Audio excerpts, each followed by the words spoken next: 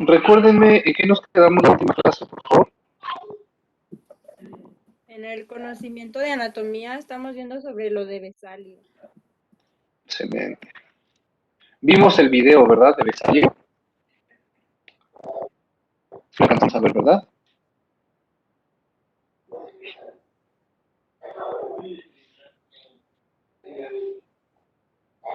Ok, me dicen cuando ya todos vean la presentación en pantalla, por favor.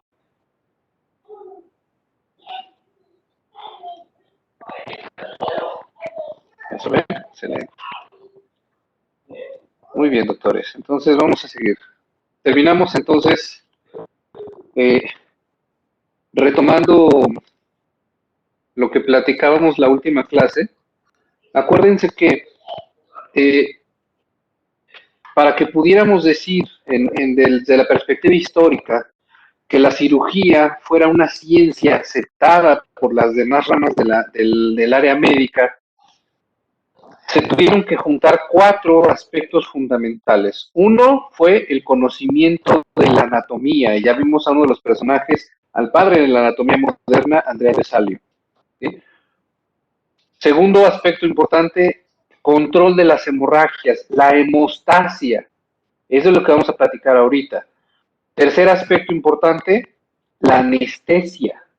Es el siguiente aspecto que vamos a ver después de esto. Y ya vi que ya entraste, Víctor, viste, ya te puse tu asistencia. Sí me comentaron tus compañeros que tenías que despertar. Y cuarto aspecto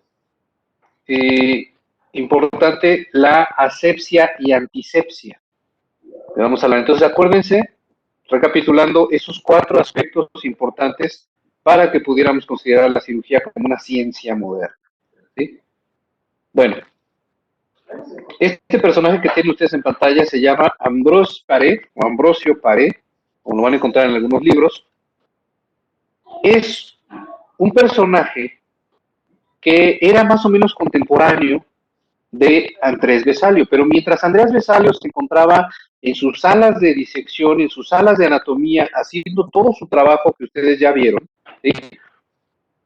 Este personaje, Ambrosio Paré, era un hombre de acción, era un cirujano de acción. Él era un cirujano francés, ¿sí? Que estaba con los ejércitos franceses en el campo de batalla. Él atendía heridas por armas de fuego, heridas por objetos cortantes, por amputaciones, por todo tipo de lesiones de un campo de guerra. ¿Sí? Entonces, él era un hombre que le gustaba estar dentro del campo de acción, muy, muy práctico, y eso lo llevó a desarrollar técnicas de control de hemorragias. Por eso es tan famoso Ambrosio Paré. ¿Sí? Acuérdense que antes de... Sí, Víctor, sí. No te preocupes, ya te pusimos asistencia. Entonces decíamos que antes de la... Ya se volvió a salir, Víctor.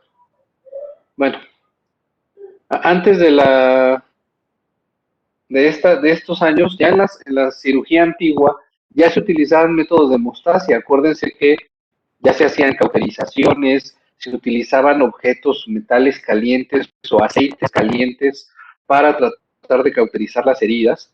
Incluso vimos un video en donde en las culturas prehispánicas se utilizaba trementina de ocote, ¿verdad? Para hacer hemostasia. Bueno, Ambrosio Paré eh, retoma alguna de estas técnicas y las actualiza, ¿sí? Y desarrolla unos principios de hemostasia que son vigentes hasta el día de hoy.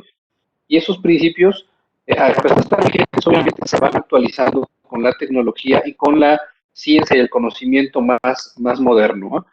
Pero vean, él desempeña un papel crucial, ¿sí? En la actualización de la cirugía y marca una modernización de las técnicas quirúrgicas de la antigüedad y las actualiza, muchas de ellas, hacia tiempos modernos. Ese es el gran aporte de Ambrosio Paré. Ahí pueden ver una pintura cómo está él atendiendo a un soldado. También muy famoso por el uso de vendajes, el uso de torniquetes, el uso de compresiones para controlar hemorragias, ¿sí?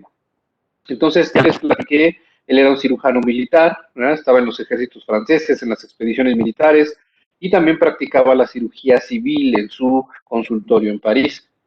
Él decide, en vez de utilizar metales calientes, aceites hirviendos, utiliza emolientes menos irritantes a base de yema de huevo. Fíjense, a base de proteínas, ¿sí? A base de sustancias naturales. En la actualidad hay muchos hemostáticos que se derivan de proteínas y de sustancias naturales, ¿eh? Dice Ana, ¿le puedo rezar un poco? Sí, a ver, ahí. Ahí, Ana. Ok. ¿Ya le puedo cambiar? Entonces les decía, él retoma muchas de las sustancias de nada, Paula. Él retoma muchas de las sustancias que se utilizaban antes y las actualiza y usa emolientes a base de yema de huevo, aceite de rosas y miren otra vez la trementina. Él retoma esta sustancia para hacer hemostasia en las heridas y además también actualiza muchos conceptos de traumatología, de vendajes, de manejos de heridas y eso le da fama y gloria eternas a Ambrosio Paré. Hasta la fecha es uno de los cirujanos más influyentes en cuanto a control de hemorragias. Y fíjense, él nos deja unos preceptos muy importantes en donde nos dice que al realizar una amputación es mejor ligar los vasos uno por uno que intentar ligar todo el tejido. ¿Sí? Y se dañan menos los tejidos. Él nos estaba diciendo aquí, a los tejidos hay que tratarlos con delicadeza, disecarlos y ligar cada uno de los vasos. Y en una de sus obras, miren, describe la doble ligadura de los extremos seccionados de un vaso sanguíneo, ¿sí? Hasta que se desprendan o se caigan solos. Ese principio está vigente hasta la actualidad, doctores.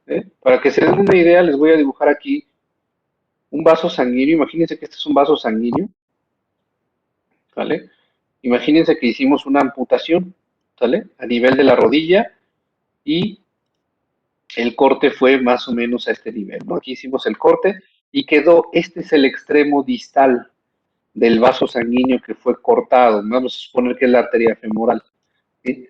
Entonces, el principio de Ambrosio Paré nos dice que se debe de colocar doble ligadura. Imagínense que esta es una ligadura que se coloca aquí alrededor y este obviamente sería como el nudo, ¿no? El extremo ahí queda ligado, y él decía, hay que colocar doble ligadura en el extremo de los vasos, ¿sí?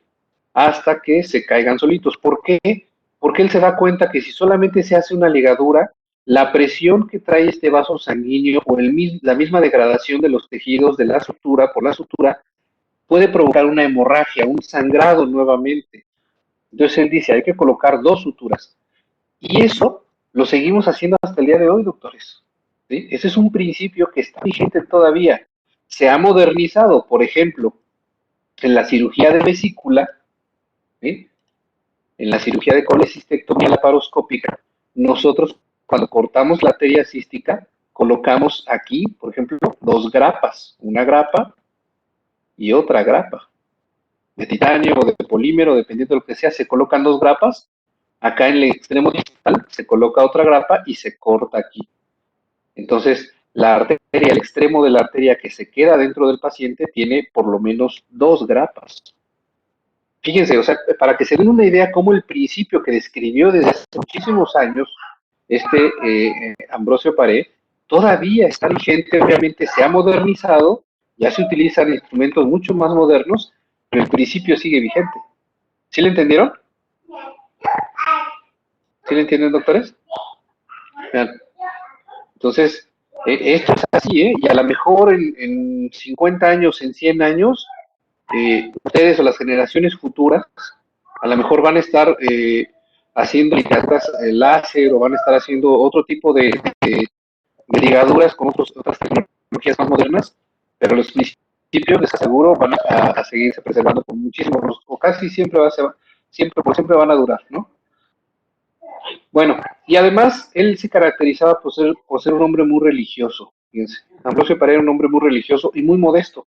Él justificaba su habilidad quirúrgica en el campo de batalla con esto. Decía, yo lo he tratado, pero Dios lo ha curado. ¿Sí? Bueno, vamos a hablar de otro personaje muy, muy importante también en la historia de la cirugía, que se llama John Hunter, es un cirujano inglés que es conocido como el cirujano científico, el primer cirujano científico de la historia. ¿Qué significa esto? Bueno, él desarrolla un método científico para las técnicas quirúrgicas y se basa mucho en la observación y en la explicación, en la alteración anatómica que tienen los pacientes quirúrgicos con la alteración funcional de sus cuerpos. Fíjense, o sea, él relaciona la cirugía con la fisiología y las alteraciones anatómicas, y por eso les puse ese título, fisiopatología quirúrgica. Prácticamente él desarrolla esta parte de la ciencia quirúrgica, la fisiopatología de las enfermedades quirúrgicas, ¿sí? Y fue un hombre que tuvo mucha influencia en muchos médicos subsecuentes, en generaciones subsecuentes, ¿eh? Ahorita vamos a platicar, creo que por aquí les puse uno de sus alumnos famosos. Aquí está. Uno de sus alumnos famosos fue Edward Jenner. ¿Ustedes saben qué hizo Edward Jenner? Yo creo que si lo conocen ya lo debieron haber estudiado en otra materia. Las vacunas, es el que inventa la vacunación, ¿verdad? Entonces, vean, pero ¿sabían que John Hunter había sido su maestro? Eso casi nadie lo sabe, ¿verdad? ¿O sí lo sabían? ¿No? Bueno, pues fíjense, este cirujano inglés fue el primero que aplica el método científico hacia muchas de las áreas quirúrgicas y de la medicina, ¿sí? Él les decía a sus alumnos, observen muy bien las cosas, sean metódicos, ¿sí? Hagan hipótesis, hagan experimentación, hagan disección, apliquen lo que han observado, ¿sí? Y fue lo que hizo Jenner, ¿sí? ¿Se acuerdan de la historia de Jenner? ¿Cómo inventa las vacunas? Se da cuenta que las personas que ordeñaban a las vacas no padecían, exactamente, no padecían la enfermedad, no desarrollaban la viruela como tal. Entonces dice, a ver, en las manos tienen estas lesiones como de estar ordeñando las vacas y se le ocurre inocular a varias personas con la secreción de estas pequeñas, ¿cómo se llaman? De estas pequeñas lesiones que tenían en las manos, y empieza la inmunización, ¿verdad? Empieza la vacunación. Y eso fue simplemente producto de la aplicación de las enseñanzas de su maestro, John Hunter, ¿sí? Este cirujano John Hunter llegó a ser tan famoso, doctores, que fue él mismo fue médico de la reina Victoria I. Le hizo un procedimiento quirúrgico menor, al parecer una resección de un tumor pequeño subcutáneo, pero fue asesor de la familia real muchos años, incluso fue tratado también como parte de la realeza, fue, eh, fue profesor catedrático del área de anatomía y cirugía de la Universidad en Londres, y era aficionado desde pequeño, antes de ser cirujano, fíjense, desde antes, él era aficionado a hacer disecciones en animales, coleccionaba especímenes de sus viajes, los disecaba y los preservaba. Hizo una colección de muchísimos, ¿cómo se llama? De muchísimas piezas anatómicas, entre animales y humanos también, fetos, alteraciones, piezas, órganos, obras escritas que dejó, manejo, por ejemplo, de heridas por armas de fuego, desarrollo de la fisiopatología quirúrgica, de la coagulación de la sangre y de las heridas, o sea, muchísimo desarrollo científico que hizo el cirujano John Hunter, ¿sí? Por eso se le conoce como el cirujano científico inglés, el primer cirujano científico inglés. Y él desarrolla una colección tan importante que es galardonado incluso como les decía, por la reina en vida, lo reconocen, muy influyente en todos los tiempos. Había cirujanos de todos los países que iban a estudiar con John Hunter porque era muy famoso por desarrollar el método científico. Y entonces él escribe varios tratados, varias obras, varios de sus colecciones también, incluso de las piezas anatómicas que les platicaba. Y en la casa, fíjense, él se preocupaba mucho por la educación. Él se preocupaba mucho por la educación y compra una casa en Londres, una casa muy grande, en donde permite que los estudiantes que quieren ir ahí con él se hospeden ahí, ¿sí? Y esa casa la vuelve museo, vuelve toda su colección ahí en esa casa y luego dona toda la colección a la universidad, a su alma mater, dona la colección. Y abren ahí el Museo Junteriano, así se llama el Museo Junteriano. Pero que llega la Segunda Guerra Mundial, ustedes saben que en la Segunda Guerra Mundial en la historia los nazis bombardean Londres, ¿sí? Y entonces este, cae una bomba nazi en el Museo Hunteriano, se destruye gran parte de la colección de John Hunter, se rescatan algunas partes de su colección y bueno, más adelante se reconstruye el museo y en la actualidad ese museo existe en Londres. Los que tengan alguna vez oportunidad de ir, que visiten el Museo Hunteriano, en donde además de estar la historia de John Hunter, también se han agregado otros personajes famosos como Joseph Lister, un cirujano muy famoso también inglés, que viene más adelante, del que vamos a platicar también. Bueno, entonces, vean sus tratados, de aquí sus tratados de la sangre, de la inflamación y de las heridas por arma de fuego. O sea, vean, no nada más se dedicó a la cirugía, se desarrolló la fisiopatología como tal, la ciencia. Bueno, esto ya se los platiqué. Su colección, depositada en el Royal College of Surgeons de Inglaterra, principal museo de anatomía comparada y patología de todo el mundo. Y pues ya lo que les comenté, durante un bombardeo nazi se pierde gran parte de esa colección, se rescata algo y se reconstruye el museo más adelante. ¿Sí? Bueno, vamos a dejar ahí al doctor John Hunter y vamos a platicar de otro de los aspectos fundamentales que se tuvieron que desarrollar, que fue la anestesia.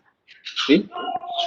Ustedes ya platicamos que antes de la época, en la cirugía antigua ya se utilizaban métodos anestésicos, ¿verdad?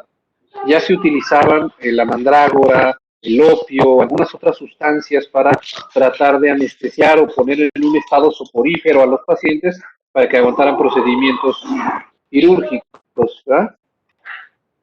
Bueno, entonces antes en la era preanestésica, eh, el dolor era uno de los problemas. Me escucho cortado, a ver, déjenme cambiar el auricular, por favor.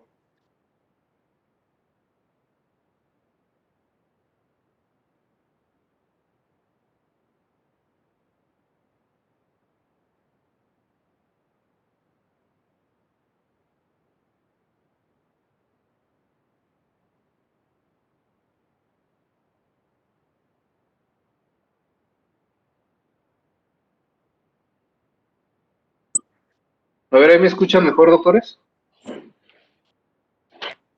¿Sí? Ok, ya cambié el auricular mejor.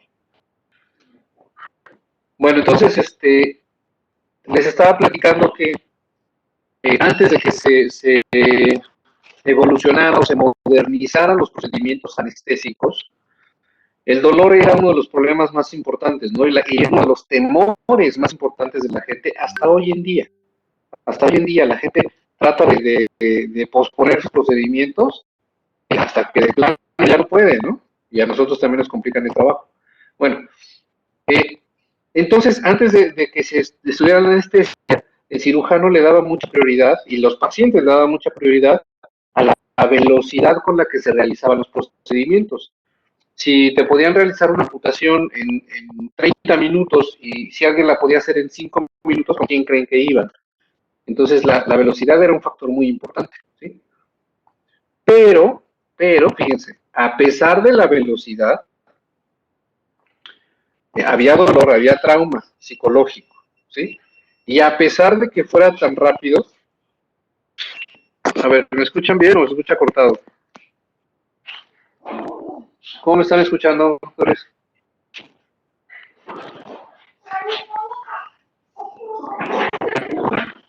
¿Me escucha cortado? A ver, déjenme, déjenme checar el audio.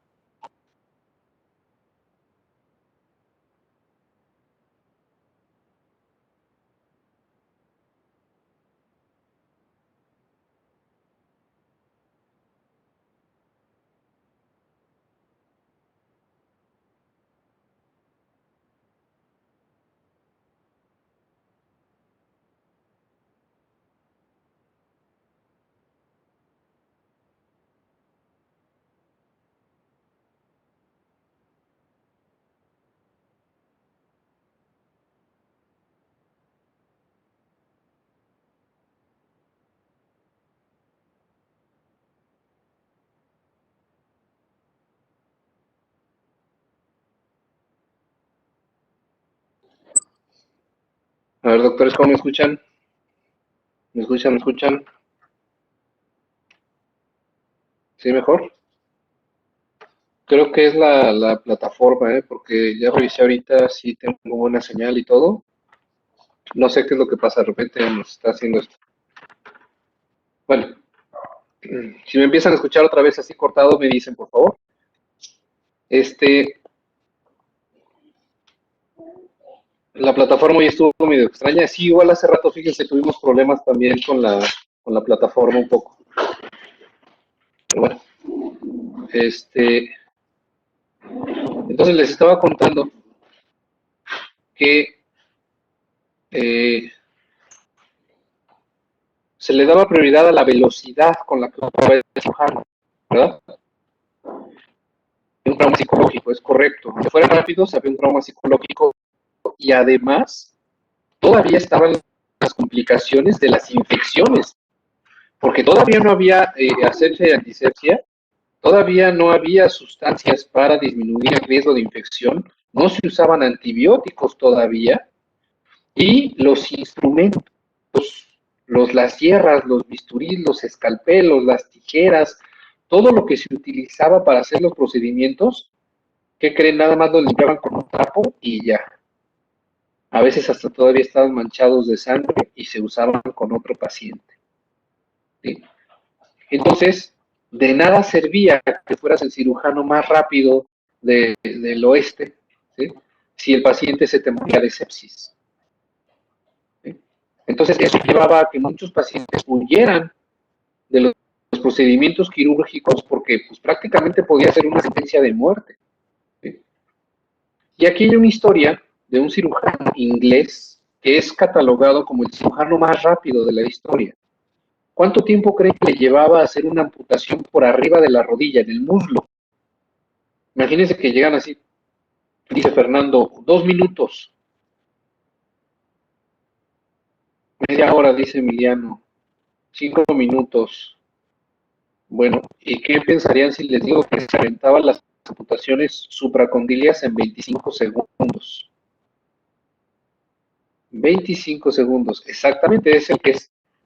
Y fíjense, era con un hacha, ¿no? De hecho, utilizaba un bisturí y utilizaba una sierra, utilizaba instrumental, como el que ven en batalla, era parecido los escapelos. Una amputación por arriba de la rodilla, cuando es una amputación supracondilia. Bueno, este cirujano era muy bueno, era muy famoso, de hecho, fue el referente de la velocidad durante esta época preanestésica. ¿Sí? Muchos pacientes acudían con él y fue uno de los primeros cirujanos maestros en la Universidad de Londres. ¿Sí? Era muy afamado, pero también esa habilidad o esa premura por hacer las cosas tan rápidamente, le trajo una de las complicaciones que lo volvió más famoso. Que se volvió más famoso por esa complicación que ahorita mencionaban, que es el único cirujano que tiene un procedimiento de amputación con una tasa de mortalidad del 300%. Exacto. ¿Sí? Al hacerlo tan rápido, accidentalmente le amputó 3 dedos a su ayudante, ¿sí? Amputó la pierna del paciente y aparentemente también le llega a dar como lo salpica de sangre a uno de los espectadores y llega a cortarle parte de su ropa y se muere de un infarto, ese espectador, ¿sí? De un choque así por la impresión. En ese momento se muere y el paciente y su ayudante hacen una sepsis y se mueren los dos también. Sí, sí, también, sí hago esas cirugías, Fernando, esas amputaciones. En lo personal no son las cirugías que más me agrada hacer. Yo creo que a nadie le gusta estar quitando las piernas, ¿verdad? Nos gusta salvarlas. Si es posible, hay que salvar las extremidades, pero hay situaciones en las que sí no queda otra alternativa más que la amputación. Y se tienen que hacer estudios para ver cuál es el nivel óptimo de amputación de una extremidad. Pero bueno, cuando se hacen amputaciones por arriba de la rodilla, amputaciones supracondilias, tienen técnicas especiales, existen situaciones ya en la actualidad en donde tratamos de preservar mucho de los tejidos para favorecer el uso de prótesis más adelante, Fernando. O sea, ya también se ha modernizado mucho este tipo de medicina también de rehabilitación, y nosotros somos el paso inicial para que un paciente pueda utilizar más adelante una prótesis. ¿Sí? Entonces sí tienen técnicas especiales, Fernando. Bueno, eso lo vamos a ver, las técnicas de amputaciones las vamos a ver cuando lleguen ustedes a séptimo semestre, cuando llevemos clínica quirúrgica, hay un apartado donde vamos a ver pie diabético, complicaciones de la diabetes y técnicas de amputaciones. Ahí ya les platico más sobre esto, ¿va? Ahorita vamos a ver primero cómo se empezaron a hacer, ¿va? Bueno, entonces, imagínense este cirujano que hacía las cosas tan rápidas y bueno, se murieron 3 personas en esa intervención quirúrgica y eso le dio mala fama por toda la historia, ¿no? Pero no quiere decir que fuera malo, de hecho era muy buen cirujano, era muy bueno.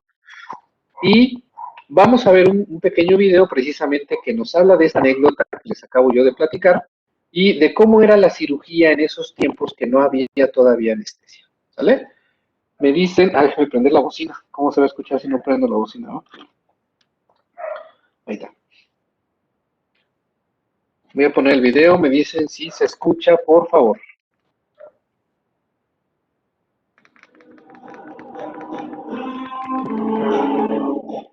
Medía 1.88 metros y operaba con un abrigo color verde botella y botas de goma. Saltó sobre los tableros manchados de sangre hasta donde yacía su paciente, desmayado, sudoroso, atado, como si fuera un duelista. Esta es la descripción de una operación típica llevada a cabo por el cirujano Robert Liston en la década de 1830. ¡Tiempo, caballeros! ¡Tiempo, tiempo!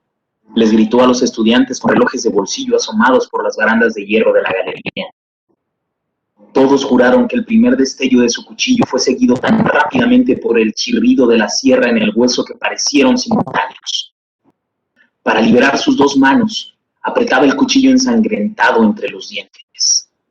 Este es el detallado relato que nos da una idea de cómo era la cirugía a principios del siglo XIX. Cada segundo contaba. En esa época, los cirujanos, y más aún sus pacientes, seguían enfrentando los principales problemas de siglos: dolor, conmoción, falta de tiempo, pérdida de sangre e infección. Uno de los grandes desafíos era la muy difícil tarea de operar con éxito a un paciente consciente. La velocidad era esencial para minimizar el dolor de los pacientes y mejorar sus probabilidades de sobrevivir a la cirugía. Un buen cirujano podía amputar una pierna en menos de 3 minutos. Liston era uno de esos buenos cirujanos. De hecho, escritos de la época indican que necesitaba apenas segundos para realizar algunas operaciones.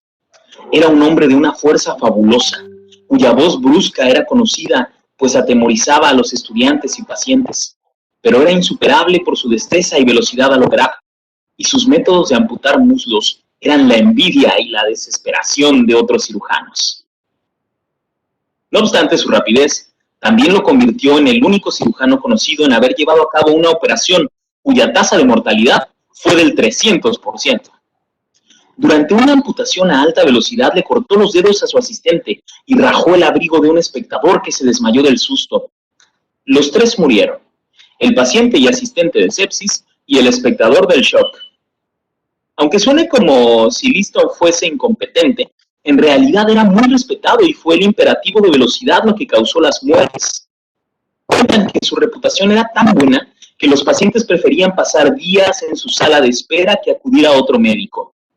Los cirujanos que trabajaban más lentamente que Liston no solo perdían a 1 de cada 4 pacientes, sino que en ocasiones los perdían antes de operarlos, pues el dolor y el pánico los llevaba a liberarse y huir de la sala de operaciones. En contraste, Liston, quien en 1835 se convirtió en el primer profesor de cirugía en el University College de Londres, salvaba a 9 de cada 10 de sus pacientes. A principios del siglo XIX, los científicos comenzaron a experimentar con anestésicos para poner al paciente a dormir. El primer gas utilizado fue el de la risa, que servía para sacar dientes, pero no podía usarse para operaciones más largas. En 1846, el éter fue usado en Estados Unidos. Ese mismo año, en Londres, Liston recibió a un paciente llamado Frederick Churchill, quien tenía un problema en una rodilla que ningún tratamiento le había podido curar. La única opción era la amputación. El día de la cirugía, Liston entró en la sala de operaciones y anunció: «Hoy vamos a usar una artimaña yankee, caballeros. que hace que los hombres se vuelvan insensibles.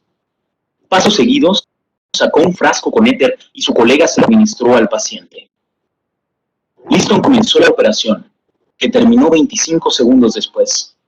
George se despertó unos minutos más tarde y preguntó cuándo iba a empezar la operación. El éter no resultó ser el anestésico ideal, pues era inflamable y podía dañar los pulmones.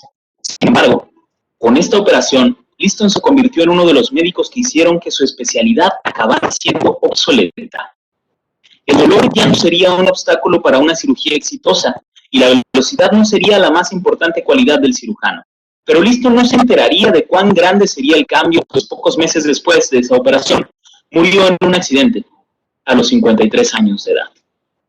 ¿Te imaginas haber vivido en aquella época y no tener otra opción más que ser operado a gran velocidad por un hombre de 1,88 y una voz tenebrosa llamado Robert Liston? Ok, ¿sí se escuchó, doctor? ¿Sí, va? Pero sí, así es la anécdota con el doctor Robert Liston, pero bueno, ya vieron que fue una situación,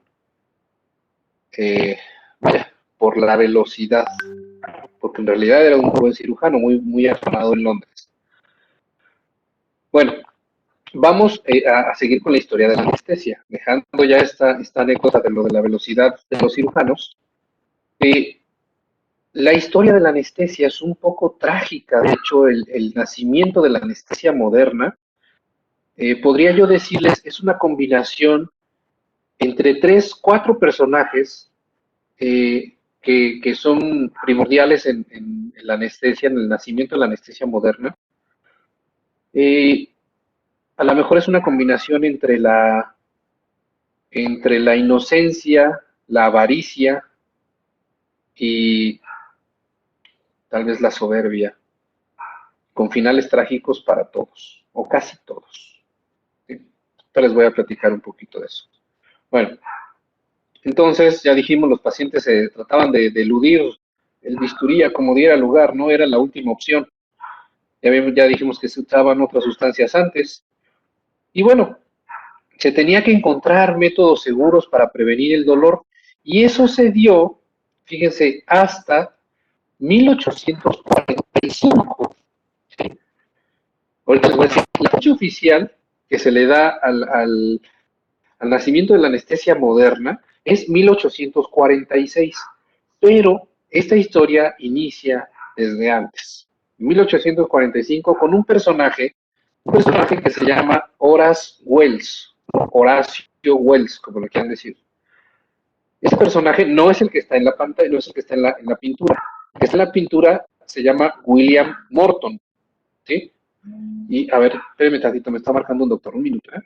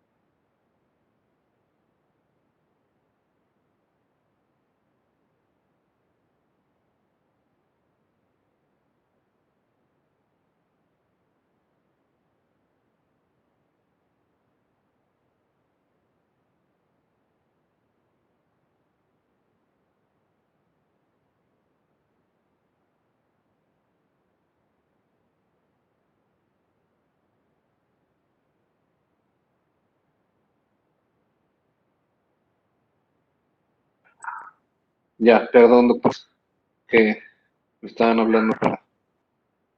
para que les recomendara un neumólogo para un paciente COVID, que está ahorita medio grave.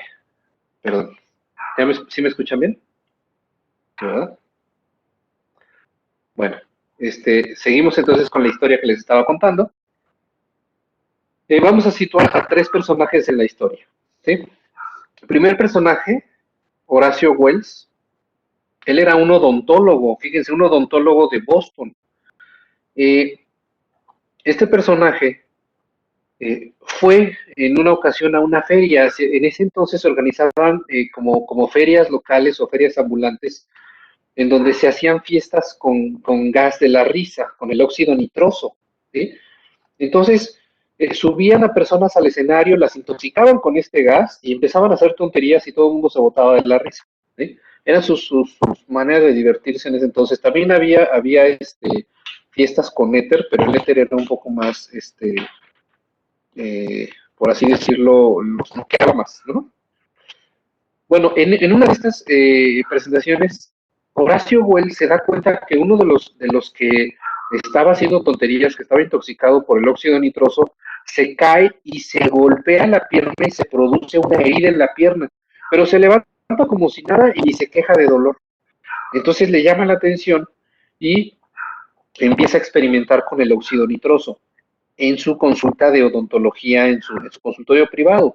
Y hay registro, hay documentos en donde sí, efectivamente logra hacer extracciones dentales sin dolor, bajo el efecto del gas de la risa.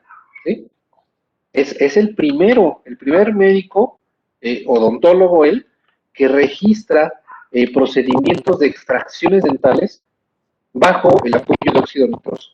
Bueno, entonces él se le ocurre decir, bueno, si me sirve para procedimientos dentales, podría servir para cirugías un poco más grandes. Entonces va con un cirujano del Hospital General de Massachusetts, que era el jefe de cirugía en ese hospital, y ya era muy famoso, ya era muy afamado, ya era muy respetado. Ese cirujano se llamaba John Collins Warren. ¿Sí?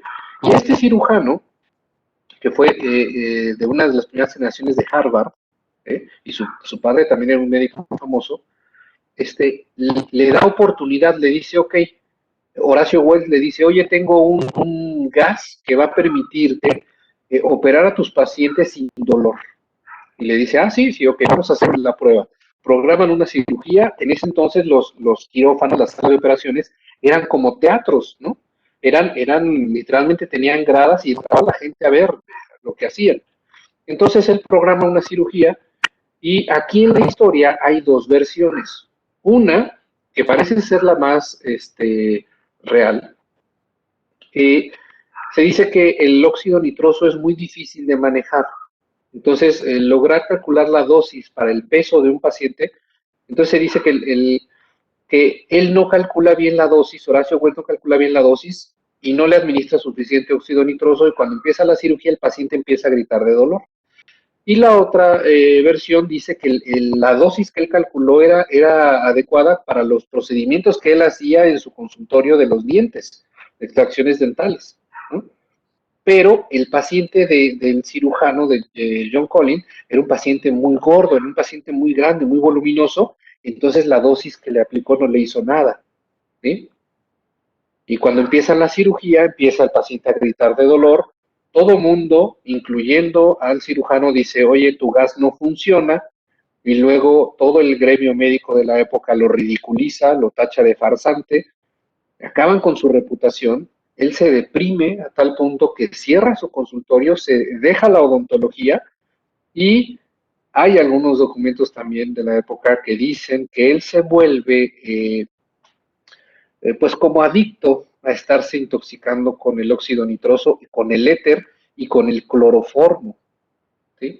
Y en uno de estos estados de intoxicación, él agrede a unas prostitutas con ácido clorhídrico, les avienta ácido clorhídrico a unas sexoservidoras en su pueblo natal, y lo arrestan, lo encarcelan.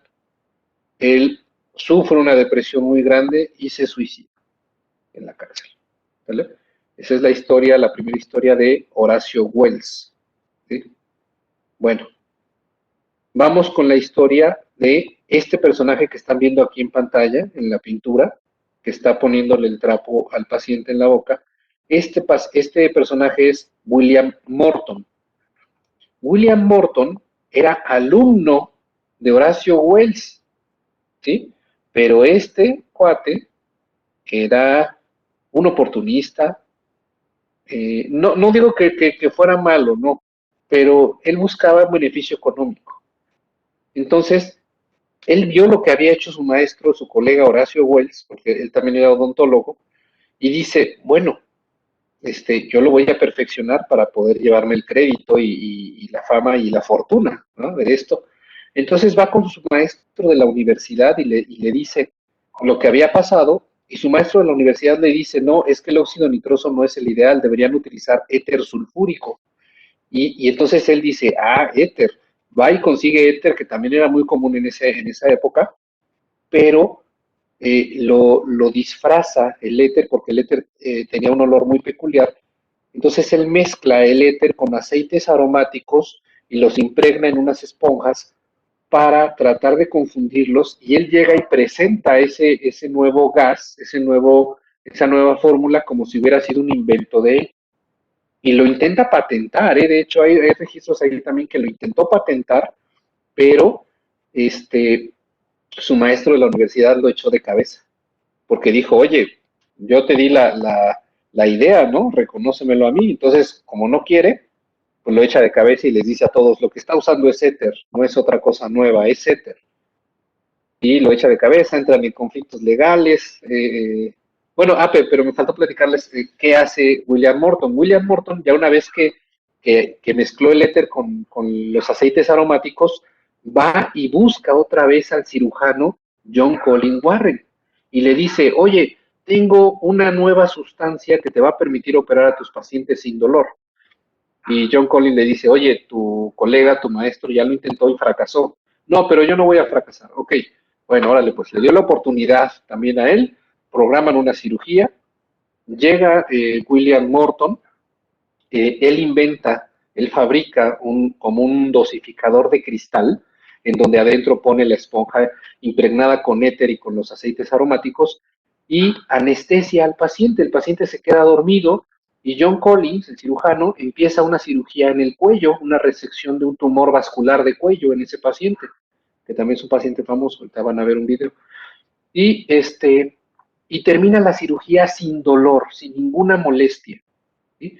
Entonces el cirujano termina y le dice a todo el auditorio, a todos los que estaban en el teatro, les dice, señores, esto no es un engaño.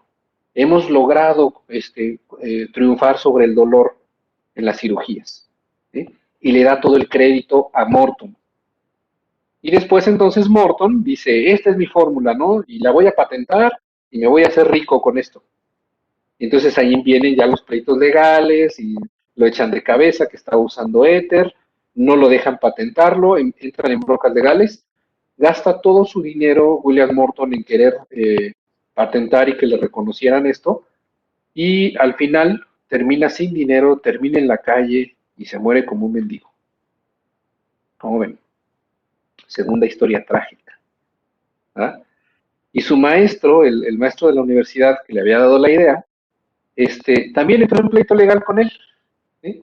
Y al final dicen, hay documentos que él se vuelve loco, termina en un manicomio y también se muere. 3 finales trágicos. El único que sale ahí victorioso o digno, que no le pasó nada, fue el cirujano. El cirujano, que es miren, cirujano, este es el cirujano John Collins Warren. Él es el cirujano, director del Hospital General de Massachusetts, jefe del servicio de cirugía, muy respetado, muy afamado. De hecho, tiene ahí en el Hospital de Massachusetts un cuadro, unas pinturas, estas fotografías precisamente, y lo consideraban tan listo o tan brillante que él mismo deja por escrito cuando se muere.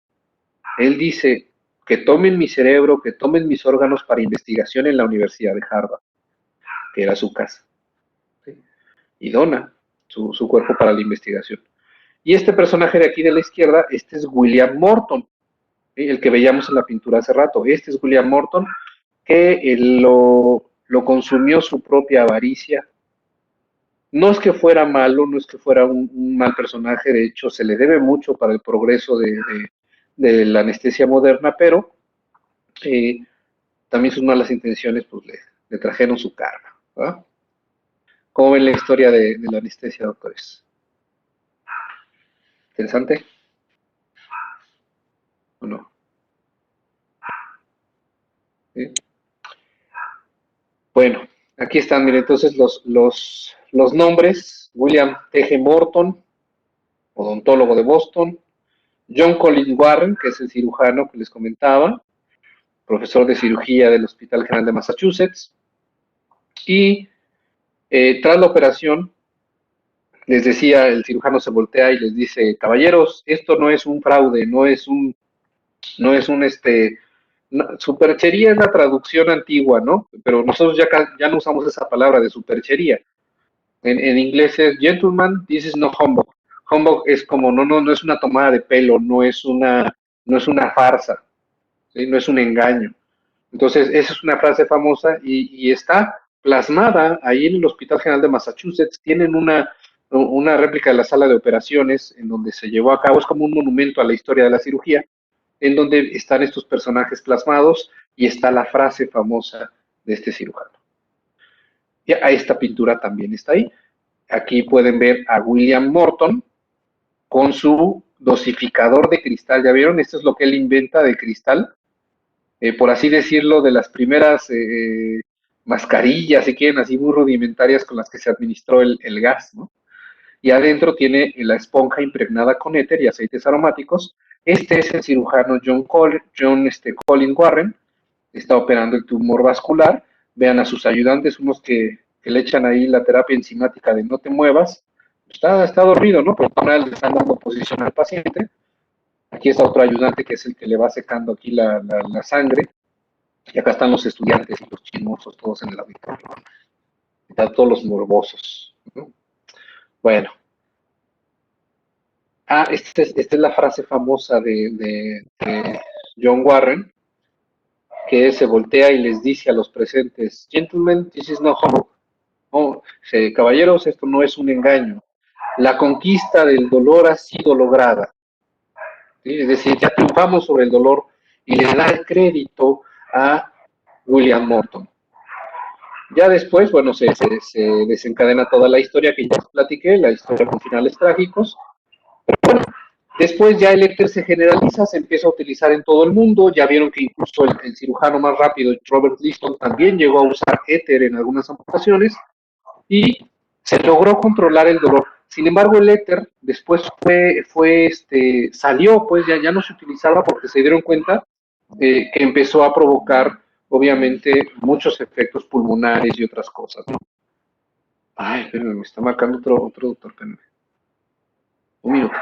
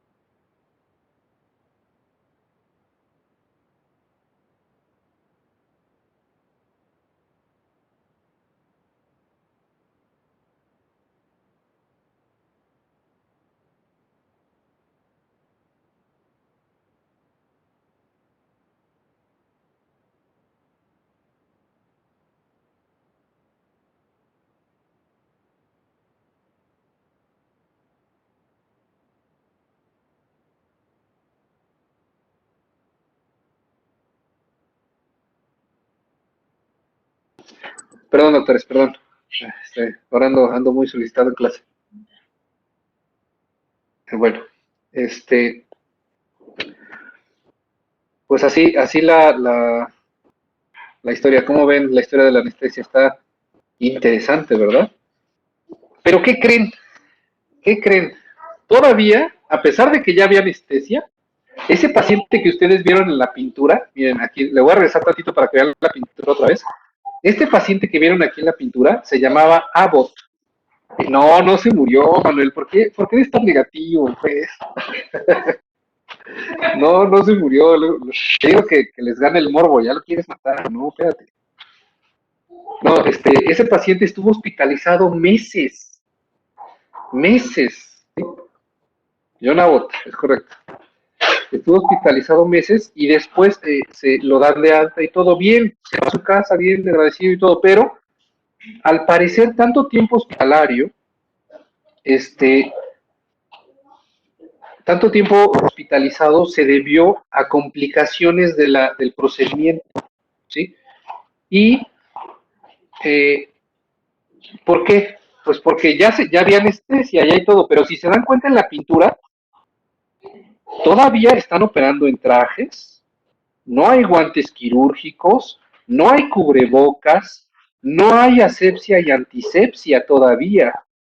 Entonces, ya, ok, sí, es muy invasivo todavía eso, ya todavía falta muchos años para que venga la cirugía laparoscópica y toda la cirugía de mínima invasión, pero aquí el problema todavía, ya se solucionó el dolor, el paciente lo estaban operando sin dolor, pero todavía se infectaban, todavía hacían sepsis, todavía se morían, ¿sí? Entonces todavía nos falta otro de los aspectos fundamentales de la cirugía, que era la sepsia y la antisepsia. Todavía. Y eso iba a tardar algunas décadas todavía, ¿sí? Pero bueno, ya se había logrado el control del dolor con la anestesia. Y el misticismo siempre ha rodeado al arte quirúrgico, hasta el día de hoy, doctores. Incluso entre personas que están estudiando como ustedes, ¿sí? Y no me van a dejar mentir, me van a decir ustedes, ¿cuántos han ido a un hospital y llegan y ven el área de quirófanos? Puertas cerradas, accesos restringidos, los vestidores.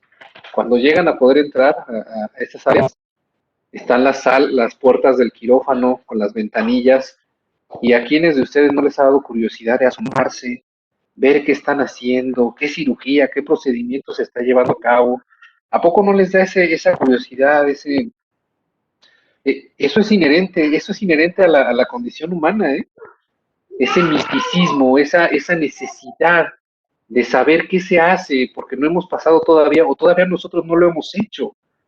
El guardia me saca patadas. Pues sí, son lugares restringidos, ¿no? En la actualidad. Y antes eran teatros. Tú podías hasta ir y pagar para poder ver un procedimiento de estos, ¿no?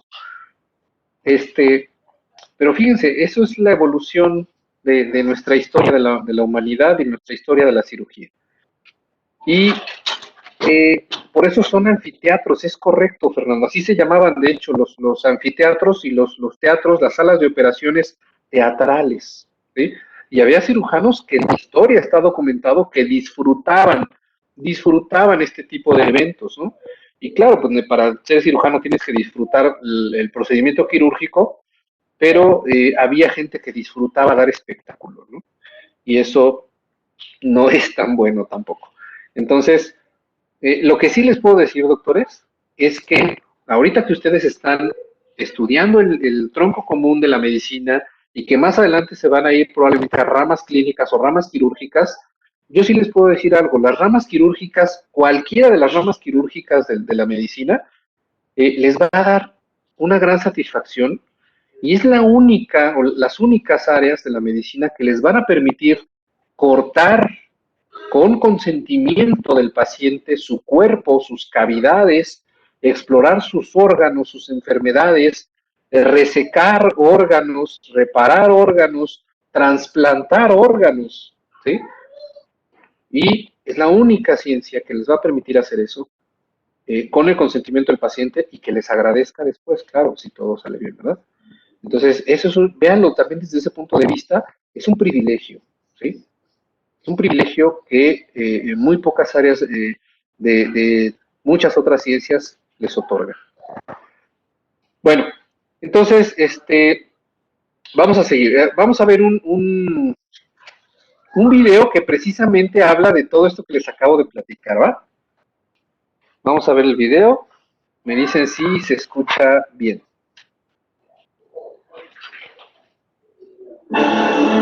Pero imaginen lo que supondría ser operado sin anestesia. Hasta mediados del siglo XIX, eso es lo que esperaba a todo paciente quirúrgico. A veces, los cirujanos tenían que meter a los pacientes por el cuello en la sala de operaciones, que solía encontrarse en el ático o en el sótano, para que la gente de la calle no pudiese oír los gritos. A menudo eran tratados como los pollos que se preparan para asar. Las extremidades solían ser inmovilizadas, a veces por 5 o 6 forzudos. Quizá el dolor físico pasaba rápidamente, pero el dolor mental le quedaba al paciente para el resto de su vida. La gente comentaba que no podía olvidar el sonido de su miembro amputado cayendo al suelo.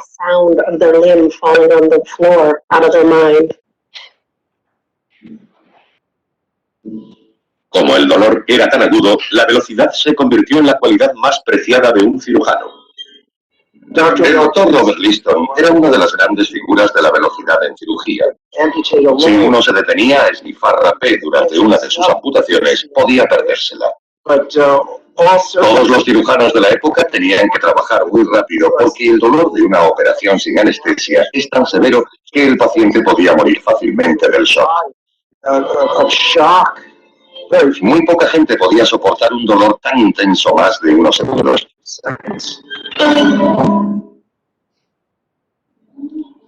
Finalmente, a mediados del siglo XIX, la era de la cirugía con los pacientes conscientes estaba a punto de terminar.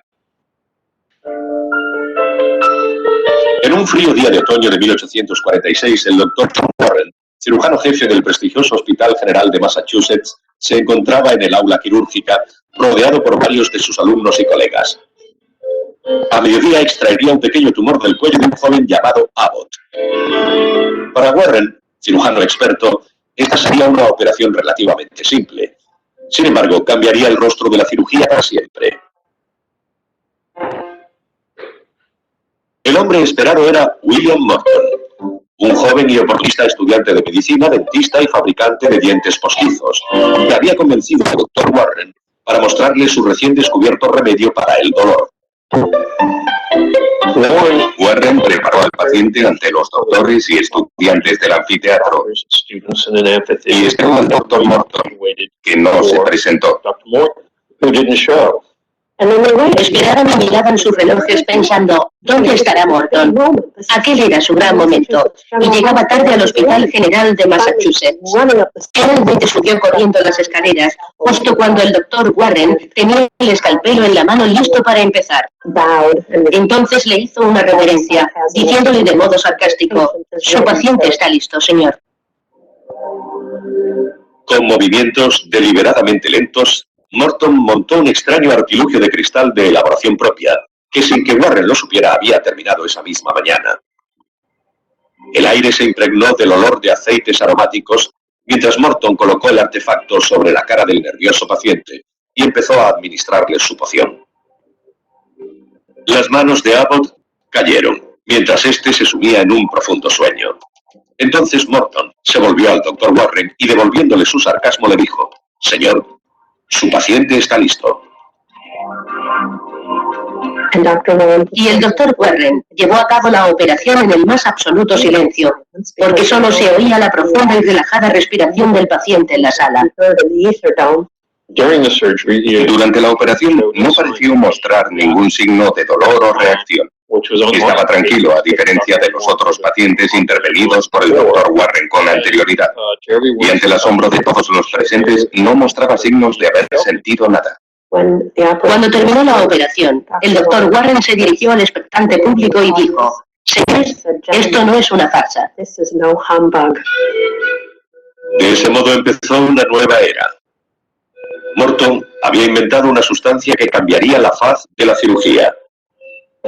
Al menos, eso es lo que él quería que pareciese, ya que lo que contenía su frasco, cuyo olor camuflaba un potente perfume, no era más que éter, una sustancia conocida desde hacía cientos de años.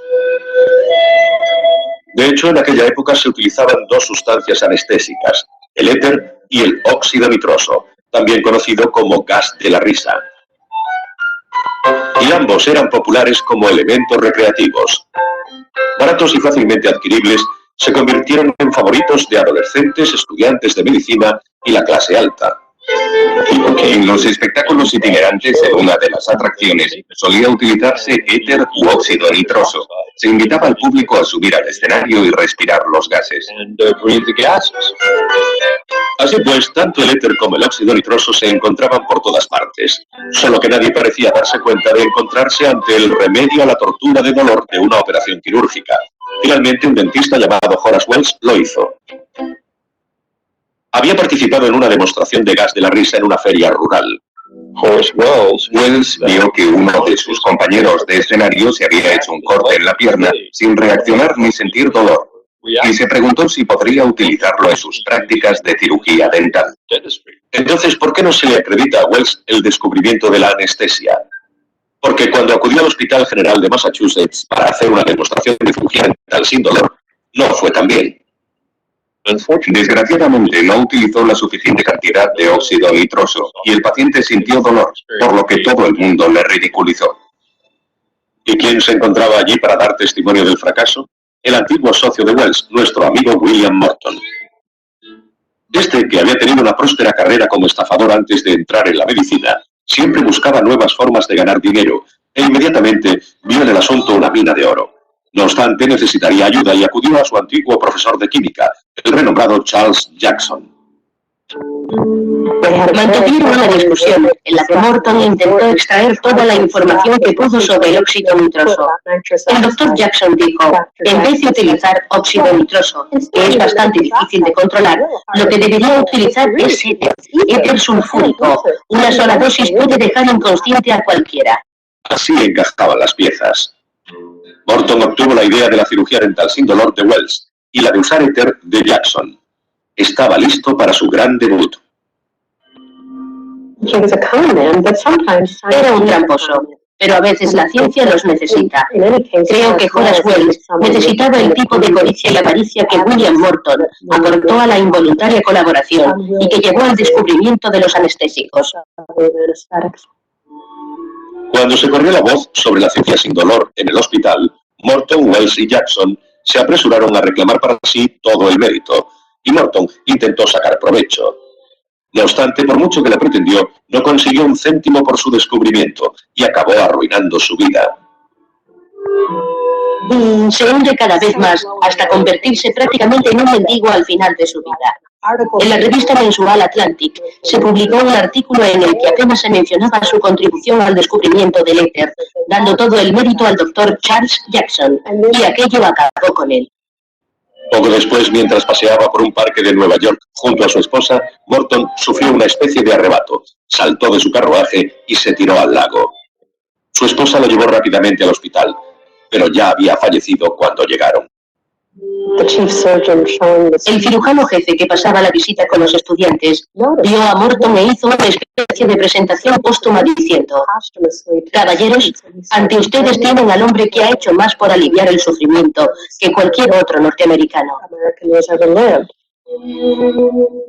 Resulta irónico que una sustancia que llegaría a aliviar el dolor de generaciones de pacientes pareciese conllevar una maldición que solo dejaba sufrimiento a su paso.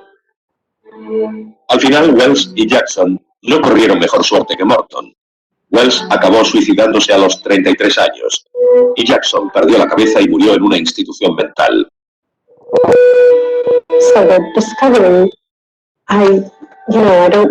No pretendo convertir el descubrimiento en una especie de tragedia griega. Pero era como si un dios hubiese enviado un soplo de muerte a cada uno de estos tres hombres. Porque hay algo siniestro en el hecho de que ninguno saliera indemne.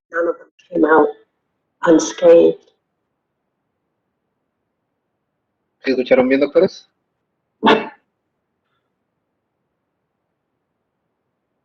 ¿Sí? Bueno, hasta ahí vamos a dejar la historia del nacimiento de la anestesia. ¿Cómo ven? Y fíjense que no es de extrañarse que muchos de los médicos que se dedican a la anestesia, a los procedimientos anestésicos, sucumban ante esta misma ciencia, ¿eh? No es algo que, vean, está marcado el inicio de la anestesia con estas historias trágicas, si quieren decirlo así, pero en la actualidad, esta especialidad, doctores, para los que les interese hacer anestesia, hay que ser muy estables emocionalmente, muy centrados, muy maduros para ser anestesiólogos, ¿eh? Porque muchos de ellos también sucumben ante algunas drogas, algunas sustancias opioides como el fentanil, se vuelven adictos y muchos de ellos también terminan muertos por eso, ¿sí? Créanme, se lo digo porque yo he conocido colegas, he conocido compañeros de generación que han muerto por eso. Entonces, no es ajeno a la historia, por eso es importante que conozcan la historia, para que no cometan los mismos errores que ellos, ¿sí? Bueno, vamos ahora a hablar de la asepsia y la antisepsia. ¿Cómo vamos de tiempo, eh? Vamos bien, vamos bien. Terminamos a las 9, ¿verdad? Son 8:11. Acuérdense de decirme del tiempo porque a mí se me va. Vamos a hablar ahora del cuarto aspecto fundamental, el último que nos faltaba, ¿verdad? La asepsia y la antisepsia. Y aquí tenemos una imagen del que es considerado el padre de la asepsia y la antisepsia y de los conocimientos que él vierte en la ciencia y en la cirugía, se desprenden más adelante todos los procedimientos de esterilización del instrumental, ¿sí? De hecho, yo sé, ya se los he dicho a sus compañeros de otros grupos, de los otros grupos, este es uno de mis personajes favoritos de la historia, es uno de mis cirujanos favoritos de la historia de la cirugía, ¿sí? Personaje brillante, brillante, Joseph Lister. Yo creo que todos ustedes han visto o han usado el antiséptico bucal Listerine. ¿Sí lo han usado o no? ¿O lo han visto? ¿Sabían que se llama Listerine por este personaje, por Joseph Lister? ¿O no? O nomás dijeron, mira el Listerine, nombre pegajoso, vamos a comprarlo. No, ¿verdad? Bueno, pues precisamente vean cómo un producto que tenemos en casa, el Listerine, que le hace honor precisamente al padre de la asepsia y la antisepsia, ¿sí? Si lo habían escuchado, qué bueno, qué bueno. La idea es que ustedes se cultiven en todos los aspectos, incluyendo la historia. Ahora, gracias a este personaje, nosotros tenemos jabones en casa, tenemos los antisépticos, que seguramente a todos les han puesto alguna vez un antiséptico, ¿no? Como el mertiolate, como la clorhexidina, como la sulfadiazina. Todos estos antisépticos se desarrollan, el yodo, claro, claro, tienes razón, la yodopovidona, ¿no? Todos estos, esta ciencia de la asepsia y antisepsia se desarrolla gracias a este personaje, Joseph Lister. De hecho, fue nombrado por la reina de Inglaterra como Lord Lister, Sir Lister, ¿sí? Es un personaje que fue tratado incluso como realeza en sus últimos años y fue enterrado en la abadía de Westminster, ¿sí? Junto con otros personajes ilustres. Para que vean a qué grado llegó este personaje y no por eso es mi favorito, no porque haya sido nombrado Lord, no. Me gusta decirle Lord Lister porque se escucha mejor, ¿verdad?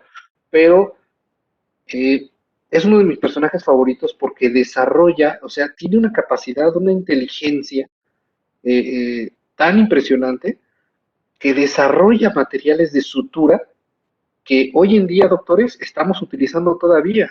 ¿Ustedes han escuchado hablar del catgut crómico? ¿Mm? Bueno, aquí tienen el personaje que inventó el catgut crómico, ¿sí? Él inventa el catgut. Fíjense, él también es contemporáneo de Louis Pasteur. Louis Pasteur y Joseph Lister se admiraban mutuamente. De hecho, hay historias, hay fotos, de hecho, en un cumpleaños de Luis Pasteur, en donde Lister se acerca, ya grandes, ya mayores ellos, se acercan, se abrazan y se admiraban mutuamente. Luis Pasteur dijo en repetidas ocasiones que él le gustaría haber sido cirujano, pero que es un arte muy difícil y solamente es para mentes más brillantes, y le reconoce a Joseph Lister, lo admiraba, ¿sí? Entre ellos se elogiaba, pues. Bueno, vamos a seguir con la historia, luego me meto mucho luego en otras cosas, ¿verdad? Bueno, ahorita les puse esta imagen aquí de Joseph Lister porque él es el considerado padre de la asepsia antisepsia, pero primero vamos a hablar de otro personaje que también sentó unas bases muy importantes en la historia de la asepsia y la antisepsia. Entonces ya habíamos dicho, ya teníamos anestesia, ya no era necesario sufrir tanto durante un procedimiento quirúrgico, pero se seguían muriendo por infecciones. Entonces teníamos todavía que desarrollar métodos para disminuir las muertes por sepsis. Y aquí es donde surgen estos personajes brillantes, y uno de ellos es este que van a ver ahorita en pantalla. Les voy a decir su nombre porque a lo mejor por foto, pues está canijo conocerlo, pero a ver si por el nombre alguno de ustedes ha escuchado algo de este personaje. Se llama Ignaz Philipp Semmelweis. ¿Han escuchado hablar de Semmelweis? Cirujano, médico cirujano húngaro que se dedicó, perdón, les pongo aquí el nombre, ¿verdad? Perdón, se me va, que luego hablo y hablo y no paso las letras. Ignaz Philipp Semmelweis, cirujano húngaro, se desempeña después en la rama quirúrgica de la ginecología y la obstetricia, y es uno de los personajes más importantes en el tratamiento de una de las enfermedades de esa época, de principios de 1800, ¿sí? Que era la fiebre puerperal. La fiebre puerperal era una enfermedad, como su nombre lo dice, que afectaba a las puérperas, ¿sí? Después de dar a luz, empezaban a desarrollar síntomas neurológicos, síntomas musculares, fiebres muy altas, y se morían, ¿sí? Y dejaban a los niños huérfanitos. Esa era la famosa fiebre puerperal y fue una pandemia, ¿eh? Una pandemia. Afectó y se llevó muchísimas vidas de mujeres en edad fértil. Entonces, para no hacerles el cuento muy largo, porque yo sé que luego me extiendo mucho, Semmelweis estudia medicina, se vuelve cirujano, se dedica a la ginecología y obstetricia y llega a Viena, ¿sí? Al hospital de Viena, y se da cuenta que existen dos alas de maternidad, ¿sí? En una se atendían las embarazadas, las puérperas, por comadronas, por parteras, ¿sí? Y por religiosas, por monjas, ¿sí? Entonces eran atendidas ahí, y en la otra sala de maternidad eran atendidas por médicos y por estudiantes de medicina, ¿sí? Y él cuando llega se da cuenta que se mueren muchísimas mujeres están muriendo de la fiebre puerperal, y él empieza a hacer sus observaciones, empieza a desarrollar su método científico en estos lugares, y fíjense, todavía no existían las teorías de Luis Pasteur, todavía no existían las teorías y los métodos de Joseph Lister. Esto fue antes, ¿sí? Todavía no existían los postulados de Koch sobre la transmisión de las infecciones, ¿verdad? De los agentes microbianos. Entonces, estaba él en un campo desconocido, solamente veían cómo se morían las puérperas. Entonces él se da cuenta que se mueren 3 veces más puérperas en la sala de maternidad que atienden los médicos que en la que atienden las comadronas. Y dice, ¿cómo es posible? ¿Sí? Algo está pasando aquí. Se pone a hacer él sus investigaciones y lo corrobora, pero dice, ¿qué es lo que está matándolas más acá? Bueno, y pasa algo que lo hace como que le prende el foco en su mente. Uno de sus colegas, el doctor Kolechka, era de hecho su mejor amigo, así lo refieren los documentos de esa época, era su mejor amigo ahí en el hospital, y era profesor de anatomía y de medicina legal, era el que hacía las autopsias con los estudiantes, ¿sí? Entonces llegaban en la mañana los estudiantes tempranito, estudiaban anatomía, estudiaban con el doctor Koleschka y hacían autopsias en las mismas puérperas que fallecían, ¿sí? Entonces, hay dos versiones aquí en donde dicen que el doctor Koleschka, cuando estaba haciendo él una disección, se produce él una herida en el dedo, ¿sí? Y hace una sepsis y se muere. Y la otra versión dice que uno de sus estudiantes estaba haciendo la disección y accidentalmente corta a su maestro, el doctor Koleschka, y hace la sepsis y se muere. El punto es que el doctor Koleschka se muere de una sepsis, ¿sí? Y eso afecta mucho a Semmelweis y dice, ¿qué pasó? O sea, ¿cómo es posible? Entonces lo hace pensar que hay una sustancia, o él les llamó partículas cadavéricas o veneno cadavérico, que se transmite de los cadáveres a los seres vivos a través de heridas. Fíjense, o sea, ya lo que él estaba postulando, lo que estaba pensando. Entonces, él obliga a los estudiantes de medicina y a todos los que llegaran a la sala de maternidad, que era atendido por los médicos y por los estudiantes, les pone un lavabo con lejía, que eran las soluciones con cloro. Les pone un lavabo y los obliga a que antes de entrar y tocar a los pacientes se laven las manos, ¿sí? Los obliga a lavarse las manos y todo el mundo se enoja porque lo empiezan a tachar de loco, que por qué, que esto y que el otro. Bueno, lo tratan muy mal, ¿sí? A tal grado que lo empiezan a atacar todos sus colegas médicos y él, en respuesta, se empieza a defender y los llama asesinos. Les dice, es que señores, dense cuenta, nosotros somos los asesinos de todas estas mujeres, nosotros somos los culpables de todas estas muertes.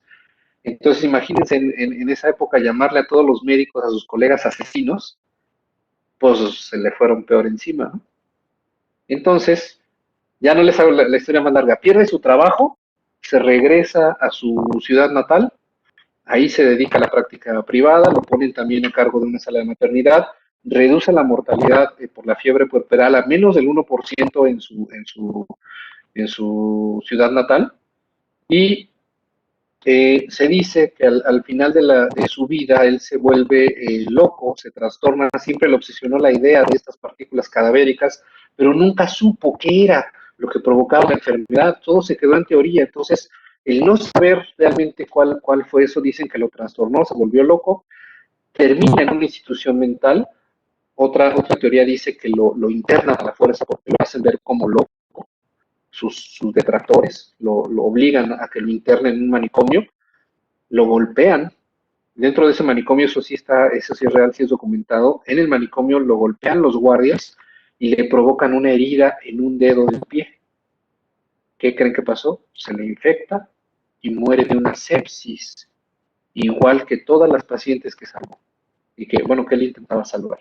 O sea, muere, paradójicamente, muere por la misma enfermedad que él estuvo tratando, con la que se obsesionó toda su vida como médico. ¿Sí? ¿Cómo ven la historia de Semmelweis? Interesante. Él es uno de los personajes que en vida nunca recibió el mérito que requería. Dice Manuel, pura tragedia. No, en realidad no hay, por ejemplo, el cirujano que platicamos hace rato, John Collins, él no tuvo muerte trágica, fue muy reconocido. Pero Semmelweis sí, más que trágico, yo diría paradójico, ¿no? Porque él sí muere sin reconocimiento, muere prácticamente olvidado en una institución mental. Pero fíjense, él era muy brillante, era muy inteligente, estuvo a nada, yo les podría decir, estuvo a un paso de... Sí, Fernando, sí. Sí, de hecho, sí, hay más historias parecidas. Luego les contaré otra historia de un médico que muere también de una enfermedad que él diagnosticaba mucho. Bueno, pero estamos con Semmelweis, espérame. Ese fue que le estaba diciendo. Él no recibe su mérito en vida, sino lo recibe de manera póstuma. Y lo recibe de manera póstuma gracias a quién creen. Gracias a Joseph Lister y gracias a Luis Pasteur. De hecho, Semmelweis era considerado como un loquito, ¿sí? Un médico loquito en todo ese tiempo que pasó. Pero llega Luis Pasteur y en un discurso que da cuando le otorgan el premio Nobel, dice, el doctor Ignaz Semmelweis tenía razón. La fiebre puerperal era causada por microorganismos y son estas bacterias y son estafilococos y los aísla y los demuestra, ¿sí? Entonces le dan crédito y también Joseph Lister reconoce a Semmelweis por todas sus aportaciones. Y ahí le levantan un monumento en su ciudad natal, en donde él está parado acá en la estatua, y están las madres que salvó acá abajo y sus hijos, y los angelitos, entre todos. ¿Cómo ven? Esto ya se los platiqué, perdón que me voy saltando las letras. Ya les dije que se murió su amigo Kolechka, de que se provocó una herida en el dedo. Semmelweis postuló la teoría de las partículas cadavéricas. Fíjense, esta es otra cosa muy importante que no les había comentado. Él indujo la enfermedad en animales como conejos, es decir, tomaba muestras de los cadáveres, se los inoculaba a los conejos o a los animalitos y desarrollaban la sepsis. Solo le faltó, era lo que les decía, solo le faltó a él un paso de mirar, ¿sí?, en el microscopio los tejidos para poder ver la infección, ¿sí?, para poder ver los microorganismos o desarrollar la teoría de esta infección y poder documentarla mejor. Si lo hubiera hecho, Semmelweis se hubiera llevado todo el crédito, incluso el premio Nobel que se llevó Luis Pasteur más adelante. ¿Sí? O sea, vean qué brillante fue Semmelweis. Lo que le faltó fue la mejor visión y documentación y dar unos pasos más allá. Por eso les decía yo, hasta en las mentes más brillantes a veces hay pequeños vacíos de conocimiento, ¿no? Pero bueno, aquí está la historia de este personaje importante, Semmelweis. ¿Quieren ver un video de esto que les acabo de platicar? Ok. ¿Cómo se encantan los videos? Vaya, lo sé. Ahí va, me dice si se escucha. En opinión de un médico del Hospital General de Viena, esta crítica estaba completamente justificada. En 1847 acusó incluso a sus colegas de ser culpables de la muerte de miles de mujeres. Y eso que en Viena los médicos y las comadronas recibían la mejor formación de su tiempo. Existían dos clases de clínicas de maternidad, una para la formación de médicos y otra para la de las comadronas. Pero todas las embarazadas querían dar luz en la clínica de las comadronas. La razón se debía a que la clínica de los médicos tenía muy mala reputación. La gente decía que la muerte la visitaba con demasiada frecuencia. A pesar de que los niños nacían bien, muchas madres morían más tarde debido a unas misteriosas fiebres. Junto con sus colegas, Ignaz Semmelweis veía cómo las mujeres morían indefensas. Pero no se resignó ante el hecho de que tantas perecieran a causa de las extrañas fiebres a los pocos días del parto. Sin embargo, morían una tras otra y los hijos de las madres solteras quedaban huérfanos. ¿Cuál sería la causa de la fatal enfermedad? Esa fue una pregunta que perseguiría a Ignaz Semmelweis durante toda su vida. La enfermedad empezaba con rigidez o con temblores, unos temblores terribles. Se decía que sacudían la cama y que la hacían repicar. A esos síntomas les seguían una fiebre muy alta y luego unos dolores abdominales agonizantes. Peritonitis, mucho peores que los del parto. Las mujeres o se quedaban mudas por el miedo o gritaban por la fiebre puerperal. El índice de mortalidad era muy grande. Esforzándose por resolver el enigma de aquellos fallecimientos, Semmelweis estudió cuidadosamente los certificados de muerte. Las estadísticas demostraban que la mortandad en la clínica de los médicos era 3 veces superior a la del hospital de las comadronas. Tan solo en 1846, 500 nuevas madres salieron del edificio envueltas en un ataúd. Aquello no podía ser un misterio divino. Pero a pesar de su investigación, no consiguió imaginar qué era lo que originaba las fiebres durante el puerperio. Y así siguió hasta que la muerte de un querido colega, Kolechka, le dejó sorprendido y encontró una conexión. Koleska se había hecho un pequeño corte con un escalpelo mientras trabajaba en el laboratorio de patología y murió a causa de aquel corte. Era costumbre que por la mañana los alumnos estuvieran disección antes de ir a visitar a las nuevas madres. A Semmelweis le entró una terrible sospecha. ¿No iría la muerte en las manos de los médicos? ¿No llevarían ellos mismos el veneno séptico de los cadáveres a las madres? Con irresistible claridad, comprendí que Koleska había muerto debido al mismo mal de tantos centenares de nuevas madres. La fiebre es causada por residuos procedentes de los cadáveres llevados por las manos de los médicos. Por eso, resulta imperioso que los médicos se laven las manos antes de hacer su ronda en la sala de maternidad. Para combatir esta muerte femenina a mano de los hombres, Semmelweis hizo que se instalaran lavabos inmediatamente con jarras de agua con lejía como desinfectante.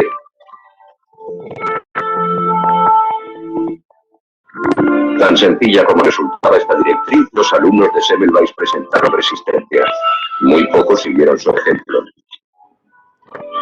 Nuestras manos se volverán a ensuciar después de examinar a una paciente. ¿Por qué tendríamos que lavarnos antes? Semmelweis convenció a algunos médicos para que se lavaran las manos. Y en esos casos muchas mujeres no contrajeron la fiebre del puerperio. Por eso le llamaron el salvador de mujeres. Pero sus colegas ignoraron sus logros y se vio forzado a escribir unas cartas abiertas a todos los profesores de obstetricia en las que decía: debemos acabar con estos asesinatos. Aquello no le hizo muy popular entre sus colegas. Muchos le consideraron un tuercebotas lunático, un fanático del lavado de manos. Él contraatacó llamando a sus oponentes apóstoles de la infección por cadáveres o nerones médicos. Amargado, marchó a su ciudad natal, Budapest. Allí consiguió salvar a cientos de madres de las mortíferas fiebres. Incluso puso un lavabo en su despacho. En 1865, Semmelweis ingresó en un manicomio. También él acabó sucumbiendo a los mortíferos gérmenes contra los que había luchado con tanto esfuerzo. Su reputación cayó por los suelos cuando empezó a atacar a sus críticos. Y al final se volvió loco. La gente decía: no es más que un loco con ideas de loco. Y eso fue un gran inconveniente para sus seguidores. Cuando murió, creo que nadie, o casi nadie, utilizaba los antisépticos. El lavado de manos, como proponía Semmelweis, fue el primer paso hacia la sala de esterilización para proteger a los pacientes contra las infecciones mortales.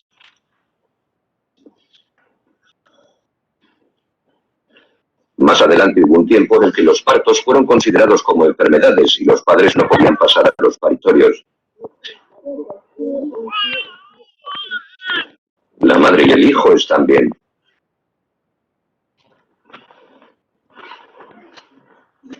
Hoy en día sabemos que unos cuantos gérmenes no pueden perjudicar al recién nacido, incluso refuerzan su sistema inmunológico. Ok, ¿sí escucharon, doctores?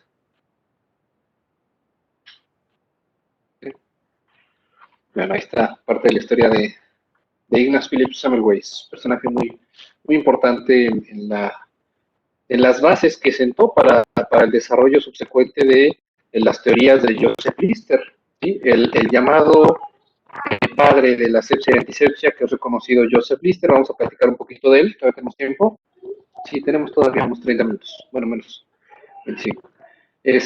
Fíjense, Joseph Lister, cirujano inglés, desde muy pequeño, él estudió tanto arte como medicina, y su papá era un fabricante de microscopios, ¿sí?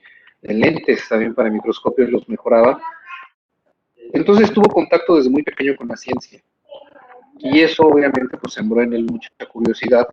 Y era contemporáneo de Louis Pasteur. Entonces cuando él estudia medicina y se vuelve cirujano, uno de sus maestros fue el doctor Syme. Perdón que les diga eso, solo me acuerdo de su apellido, se los voy a poner aquí en el chat. El doctor Syme. Y me acuerdo del apellido de su maestro, pues porque existe unas amputaciones que llevan el nombre de Sain, esa es la amputación con técnica de Sain.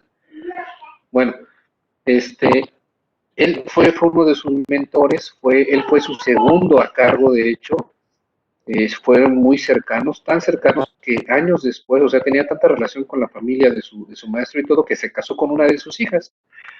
Y entonces, es el típico caso en donde el estudiante supera al maestro, ¿no? Él se vuelve, obviamente, un personaje muy brillante en la historia de la medicina y se documentaba. Él leía, por ejemplo, leyó todos los estudios y las publicaciones de Semmelweis. Leyó, también iba leyendo las publicaciones que sacaba Luis Pasteur, las teorías de Luis Pasteur. Y entonces él toma este conocimiento que va adquiriendo y lo transporta hacia el área quirúrgica. Fíjense, él decía, los pacientes que llegan con fracturas, él notó la diferencia entre fracturas expuestas y las fracturas no expuestas. Y él vio que aquellas fracturas en donde había exposición del hueso, a donde había solución de continuidad de la piel, tenían más índice de infecciones, ¿sí? Y terminaban en amputaciones o en sepsis en los pacientes. Entonces él dice, a ver, Luis Pasteur está echando atrás la teoría de la generación espontánea, ¿sí? Acuérdense, la teoría de la generación espontánea decía que dejabas tú cualquier cosa y crecían microorganismos de la nada, ¿verdad? Y Luis Pasteur lo demuestra con sus experimentos, y entonces Lister dice, a ver, si él lo está haciendo allí con estas sustancias, yo puedo hacer lo mismo en las heridas, evitar que crezcan microorganismos en las heridas. Fíjense el pensamiento tan brillante que tuvo. Entonces empieza a buscar sustancias que ya se utilizaban para limpieza o para desinfectar algunos sitios y elige varias sustancias, experimenta con varias sustancias hasta que elige una que fue el fenol, el ácido fénico, ¿sí? Y este ácido fénico, ácido carbólico, ya se utilizaba en esa época para limpiar y desinfectar drenajes, para tuberías y esto. Entonces él lo usa y fíjense lo que hizo, combinó las estrategias de Luis Pasteur con las estrategias de Semmelweis y él crea sus propias estrategias, sus propios métodos para la cirugía. ¿Y qué hace? Bueno, empieza a sumergir el instrumental. Fíjense, aquí empieza esto. Empieza a sumergir el instrumental en el antiséptico. Empieza a lavar las ropas para el paciente con el antiséptico. Empieza a lavarse las manos él y sus ayudantes con el antiséptico, ¿sí? Empieza a rociar, desarrollan un pulverizador y empieza a rociar el antiséptico en la sala quirúrgica sobre el paciente, sobre la piel del paciente, sobre los campos quirúrgicos, y entonces desarrolla lo que le conocemos nosotros como el listerismo o época listeriana. Es todas estas medidas de asepsia y antisepsia que empezó a desarrollar para las intervenciones quirúrgicas. Díganme si es o no brillante este hombre. Es un paso gigantesco, ¿no? Para la práctica quirúrgica. Entonces, vean, él idea estas formas para prevenir infecciones quirúrgicas y eso le genera la admiración también de Luis Pasteur, ¿no? Y Luis Pasteur lo dice. De hecho, en otras presentaciones les pongo ahí unas frases de Luis Pasteur. Bueno, vamos a seguirle. Miren, aquí en esta imagen se ve como ya está tomando un aspecto más limpio la sala de operaciones. ¿Le podría regresar un poquito, por favor? Sí, ahí está. Decía, entonces ya toma el aspecto de la sala de operaciones, un aspecto más limpio, con sábanas, con campos quirúrgicos, ¿sí? Combina el conocimiento de la microbiología con las técnicas de lavado de manos, con el uso de sustancias que limiten el crecimiento de los microorganismos. Literalmente él desarrolla todo esto, ¿sí? Y esta maquinita que pulveriza el ácido fénico y se está rociando, vean, sobre el campo quirúrgico, sobre la piel del paciente, sobre donde está trabajando el cirujano, ¿sí? Claro, noten que todavía están operando en traje, todavía no hay guantes quirúrgicos, todavía no hay cubrebocas, no hay gorritos, ¿sí? Pero bueno, ya tiene un aspecto un poco más moderno, por así decirlo, ¿verdad? Bueno, esto es lo que les acabo de contar. El ácido fénico, el ácido carbólico que empieza a utilizar, lo empieza a instilar en las heridas. Eso es otra aportación muy importante que hizo. Él, los vendajes que utilizaba, las gasas, los pedazos de tela, él crea sus propios apósitos, sus propios vendajes y los impregna con antisépticos, ¿sí? Entonces se da cuenta, por ejemplo, en heridas de fracturas, coloca vendas y apósitos impregnados con antiséptico y él lleva su estadística y se da cuenta que la infección de heridas quirúrgicas disminuye radicalmente, ¿sí? Y entonces él instaura, por ejemplo, medidas en su hospital, instaura medidas para los estudiantes en donde dice, todos los vendajes se tienen que cambiar por lo menos 2 veces al día y aplicar el antiséptico. Vean, también dice, las vendas que se retiran de una herida que está supurando no se pueden volver a utilizar, hay que desecharlas. ¿Sí?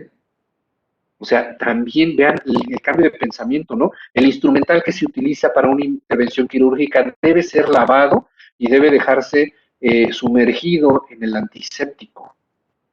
O sea, empieza él a desarrollar todas estas técnicas y obviamente son pasos muy estrictos, ¿eh? Son pasos muy estrictos. Él era obsesivo compulsivo. Creo que es algo que comparto con él. Entonces, Lister no solo emplea este ácido carbólico, sino que dice Salma, a Alejandro se le trabó el Webex. Ok, sí, ojalá que pueda ingresar antes de que veamos el siguiente video. Vean, entonces él usa los antisépticos para todo, ¿no? O sea, se obsesiona y dice, todo tiene que llevar antisépticos, las heridas, los vendajes, los apósitos, el instrumental, la sala de operaciones, el campo quirúrgico, y vean esta imagen en donde están rociando el ácido carbólico, el ácido fénico, el antiséptico en el paciente, y vean los campos quirúrgicos, o sea, ya tiene más forma, ya tiene una sábana propia el paciente, estos campos que delimitan el área quirúrgica, rociando el antiséptico. Vean, él está aquí usando como un tipo de mandil, ¿ya vieron? Y unas toallas limpias, toallas que han sido pasadas por antiséptico. O sea, tiene una idea más formal, está modernizando la práctica de la cirugía. Eso es lo que hizo, revolucionó la práctica de la cirugía, ¿sí? Pero, como les decía hace rato, también las grandes mentes tienen vacíos de conocimiento. Él no insiste en el lavado de manos con cepillo, él nada más sumergía sus manos en el antiséptico y él pensaba equivocadamente que el cepillado podía producir grietas en donde se desarrollaban microorganismos. En la actualidad sabemos que el cepillado, ¿sí?, es un arrastre mecánico para las bacterias que disminuye su concentración en nuestra piel y sumado al antiséptico disminuye obviamente más la concentración y el crecimiento de la proliferación de estas bacterias en nuestra piel, ¿verdad?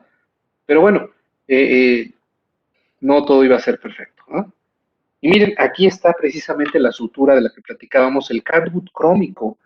El catgut crómico que crea Lister, Lord Lister, miren, aquí se le pusieron Lord Lister, ¿ya no? Sí, le regreso tantito, Paula. Entonces, vean, él desarrolla el catgut crómico. ¿Saben de dónde se fabrica el catgut? ¿De dónde se fabrica el catgut, doctores? No van a decir de la tripa de gato. Allá puso Alejandro la tripa de gato. De hecho, es tejido conectivo, es tejido submucoso. Y sí, se obtiene del tejido submucoso del intestino de los bovinos, se fabrica de ahí, del tejido subcutáneo, perdón, submucoso del bovino. Pero fíjense, Lister se da cuenta que cuando se hacían las ligaduras de los vasos o del tejido con seda, se da cuenta que los tejidos supuran más y se infectan más frecuentemente. Entonces dice, no, eso no me sirve. Y él crea su propia sutura, ¿sí? Y dice, voy a usar catgut, pero el catgut simple genera mucha reacción inflamatoria porque tiene proteínas del bovino. ¿sí? Entonces él se le ocurre pasar el catgut con un revestimiento de metal, que es el cromo, ¿sí? Este catgut crómico produce menos reacción inflamatoria que el otro tipo de catgut. Y él metía este tipo de materiales a antisépticos. Entonces, fue de las primeras suturas absorbibles estériles en utilizarse en procedimientos quirúrgicos. Bueno, no, fue la primera, de hecho, ¿sí? Fue la primera y resultó ser la mejor de las suturas inventadas hasta esta época. ¿Sí? Y tan buena es que la seguimos usando hoy en día, doctores. Vean. Entonces, díganme si este tipo fue o no fue brillante. Tan brillante fue que la misma reina de Inglaterra le da el título de Lord, ¿sí? Lo vuelven a él presidente del Royal College of Surgeons de Inglaterra, que fue el primer colegio que se creó de cirugía en el mundo, y él fue el primer presidente de este colegio, fue el consejero real en el aspecto médico de la familia real por muchos años, incluso después de que se retiró de la práctica médica y práctica quirúrgica. Después muere su esposa. Él nunca tuvieron hijos, hasta donde he podido documentarme de él. Creo que no tuvieron hijos. Y él después tiene eventos vasculares cerebrales, tiene EBC, empieza a perder parte de sus facultades mentales y bueno, fallece años después y le hacen un homenaje como si fuera perteneciente a la realeza, ¿sí? Y sus restos descansan en la abadía de Westminster en Inglaterra. ¿Cómo ven? Ese es un final digno para otro cirujano, ¿eh? Este no es trágico, para que no digan que todo es tragedia, ¿sí?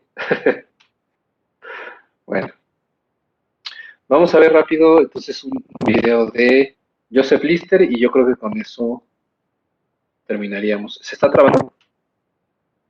¿Sí me escuchan bien? Ah, no, se ve en blanco, es que es un video. Voy a ponerles el video, espérenme. Ahí va.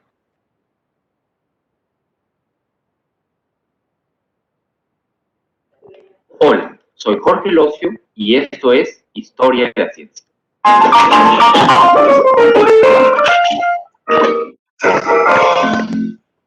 Hasta fines del siglo XIX, una de las causas de la alta tasa de mortalidad en hospitales eran las infecciones que se producían por no limpiar las heridas de los pacientes.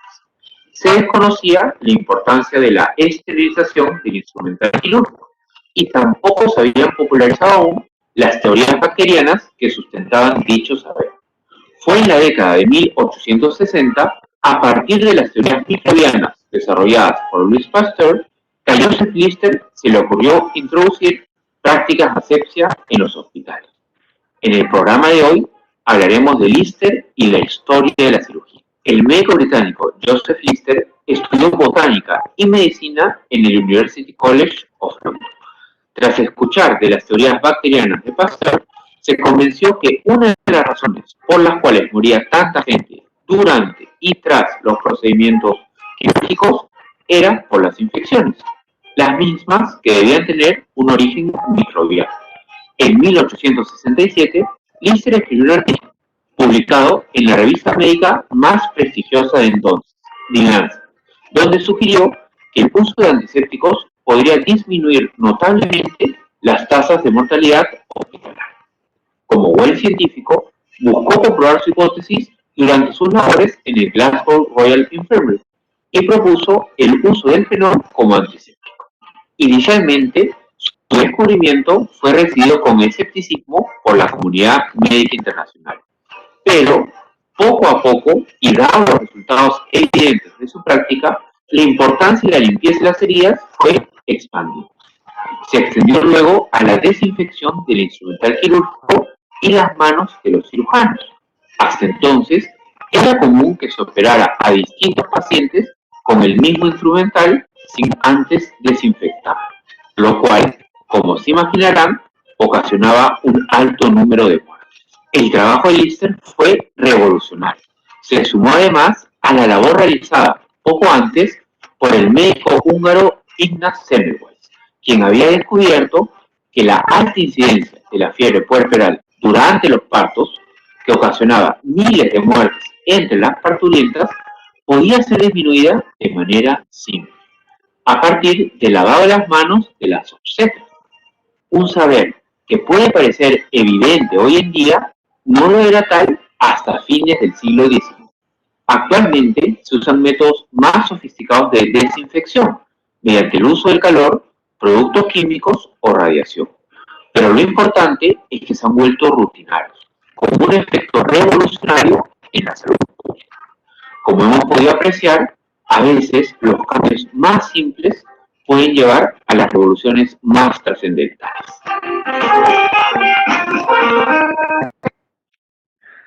¿Sí escuchó? ¿Ya? Bueno, pues vean la historia de Joseph Lister, un personaje revolucionario en la cirugía, ¿no? Y como les dije, uno de mis personajes favoritos, si no es que uno de mis cirujanos favoritos en toda la historia, porque fue, yo creo que una de las mentes más brillantes que ha revolucionado todo esto. ¿Sí? Se la contaré a mi mamá cuando compre el Listerine. Sí, claro, también, Emiliano, pues de eso se trata.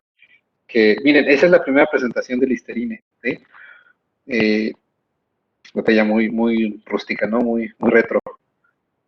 Y no es que lo haya desarrollado Lister, no, pero los que fabricaron el primer antiséptico bucal en honor al doctor Joseph Lister, le nombraron Listerine. ¿Sí? Bueno, parece mezcal. Bueno, sí tenía alcohol, de hecho, sí, si te das cuenta, tiene alcohol al 25%. ¿Sí? Bueno, la aceptación de estos métodos que desarrolla Lister fueron graduales. Al principio, como escucharon en el video, hubo resistencia, como todo en el progreso de la ciencia. Cuando hay un saber nuevo, un conocimiento nuevo, siempre existe resistencia de los que en ese momento están como dominando el área de la ciencia, ¿verdad? Entonces hubo resistencia, pero gradualmente se dieron cuenta que tenían que hacerlo.